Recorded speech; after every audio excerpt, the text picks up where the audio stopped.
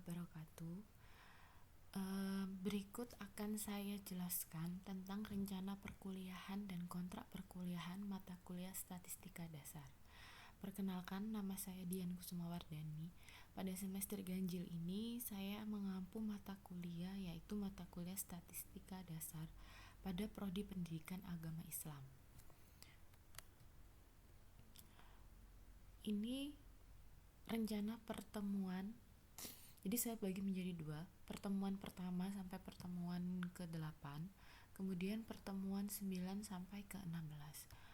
Pertemuan pertama masih tentang pengenalan, yang kedua pengertian dari statistik, variabel penelitian, macam-macam variabel, peranan statistik dalam penelitian, dan macam data dalam penelitian. Pertemuan ketiga tentang pengertian apa sih statistik deskriptif, serta penyajian data. Itu pada pertemuan ketiga dan keempat. Pertemuan kelima sama keenam tentang pengukuran gejala pusat dan pengukuran variasi kelompok. Sebelum UTS, yaitu pertemuan ketujuh, saya adakan review sehingga materi-materi yang akan diujikan di UTS yang masih belum paham bisa ditanyakan kepada saya. Kemudian pada pertemuan ke-8 UTS. Pertemuan ke-9 tentang populasi dan sampel. Jadi pengertian populasi dan sampel, apa perbedaannya. Kemudian yang ke-10 teknik sampling probability. Ke-9 teknik sampling non-probability. Mohon maaf ke-11. Sedangkan pertemuan 12-13 adalah uji normalitas data. Pertemuan ke-14 konsep dasar pengujian hipotesis. Pertemuan ke-15 sebelum UAS yaitu review materi. Jadi silakan ditanyakan materi-materi apa yang masih belum difahami sebelum kita UAS. Ya, pertemuan ke-16 yaitu UAS. Tugas dan kewajiban mahasiswa. Yang pertama, menaati peraturan absensi dan tidak menitipkan tanda tangan bila berhalangan hadir. Izin sakit menghubungi dosen sebelum kelas berlangsung. Bila kelas sudah berlangsung, bukan tanggung jawab dosen bila tertulis alfa. Izin berhalangan hadir selain sakit harus atas persetujuan dosen sebelum kelas berlangsung, bukan tanggung jawab dosen bila tertulis alfa. Keterlambatan mengumpulkan tugas yang diberikan akan diberikan sanksi pengurangan nilai secara progresif. Selanjutnya, nilai akhir yang diumumkan dosen di SIA Unwaha. Nilai akhir akan diumumkan dosen di SIA Unwaha. Nilai yang sudah diupload di SIA tidak dapat diprotes. Saya tidak menerima adanya perbaikan nilai. Jadi nilai yang kalian dapatkan itu benar-benar nilai pure kalian. Jadi meliputi nilai UAS, UTS, tugas, dan kehadiran. Saya masukkan kenapa? Karena kehadiran ini merupakan salah satu aspek yang saya ikut saya nilai itu menunjukkan apakah kalian benar-benar menghargai dosen atau tidak pada saat adanya perkuliahan. Ini untuk bobot nilainya. UTS 30, UAS 30, tugas 30, kehadiran 10%. Karena pada semester ganjil 2020-2021 ini ada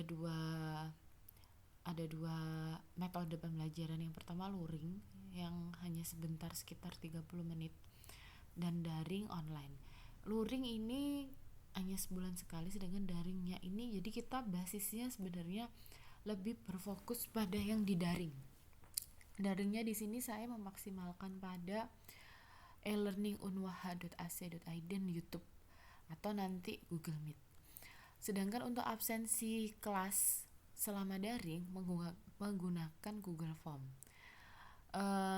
Kita tetap membuat grup WA. Jadi grup WA ini bukan yang menjadi fokus metode pembelajaran saya, tapi grup WA ini hanya untuk memperlancar untuk saya menyampaikan apakah tugasnya itu apakah tugas di e-learning sudah saya upload, terus penjelasan saya di YouTube sudah saya upload, terus kalian kapan mengumpulkan tugasnya via e-learning. Absennya insya Allah pakai Google Form. Jadi absen usahakan setiap kali kalian kuliah kalian jangan lupa absensi yang ada di Google Form yang setiap pertemuan nanti akan saya share di grup. Jadi grup WA ini hanya media untuk memperlancar perkuliahan kita yang secara daring ini. Berikut akan saya jelaskan pengenalan mata kuliah statistika dasar. Capaian pembelajaran mata kuliah atau disingkat dengan CPMK.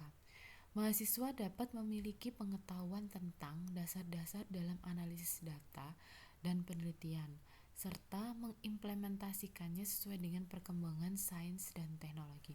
Jadi di sini statistika dasar ini sebenarnya hanya dasar-dasar yang harus dimiliki untuk selanjutnya digunakan dalam penelitian, analisis data dan penelitian, dan bisa mengimplementasikan ilmu yang sudah didapat tadi atau pengetahuan tadi sesuai dengan perkembangan sains dan teknologi yang terbaru.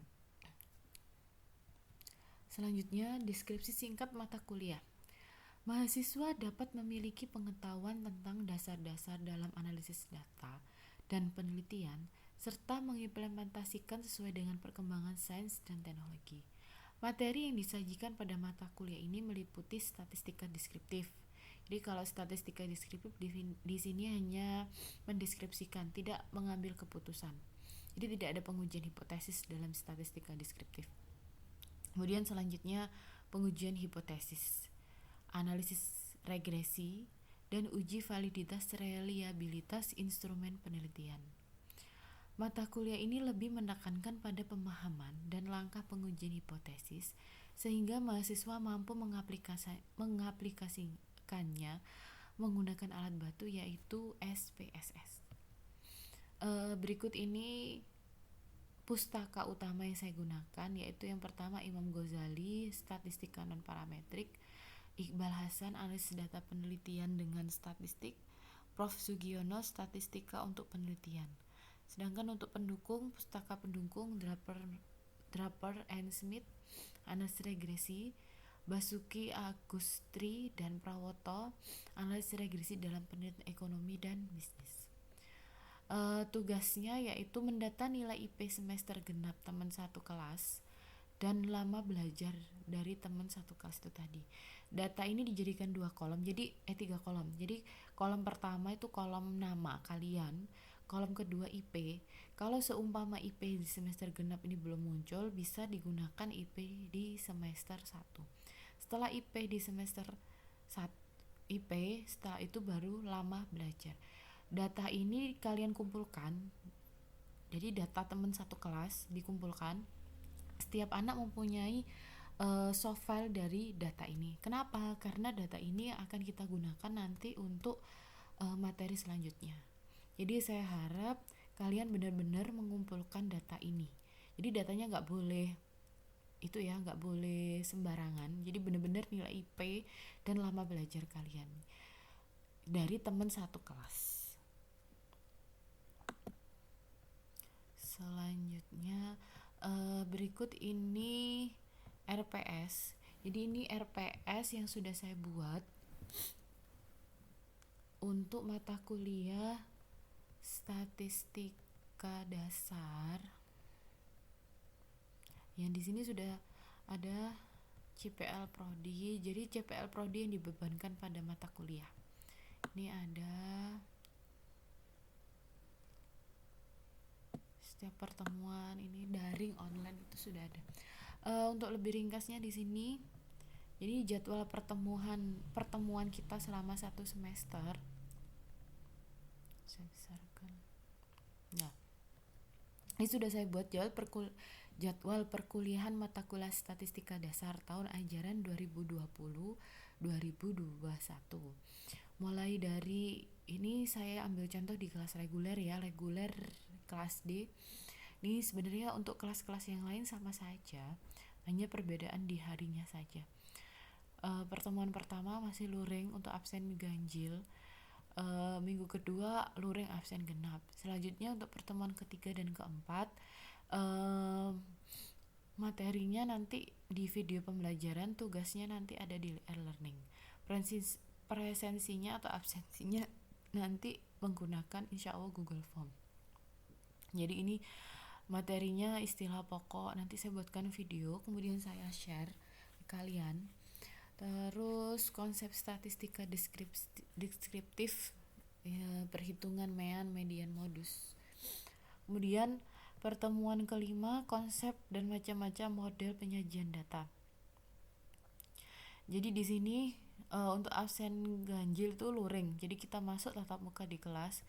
Kemudian absen genapnya itu daring. Tapi basisnya nanti sama, yaitu pada video pembelajaran. Jadi saya sangat benar-benar saya usahakan bahwa materi dalam satu materi ini nanti antara yang masuk dan yang tidak masuk itu mendapatkan materi yang sama. Jadi nanti tetap intinya pada di video pembelajaran yang akan saya buat setiap kali perkuliahan. Selanjutnya untuk pertemuan ke-6 masih sama gantian, absen genap terus absen ganjilnya yang daring. Pertemuan ke-7 sama ke-8 yaitu daring semua, jadi basicnya nanti pada video pembelajaran. Kemudian pertemuan ke-9, 10 yaitu UTS. Jadi UTS nanti ada UTS ganjil dan untuk absen ganjil dan UTS untuk absen genap. Nih ya.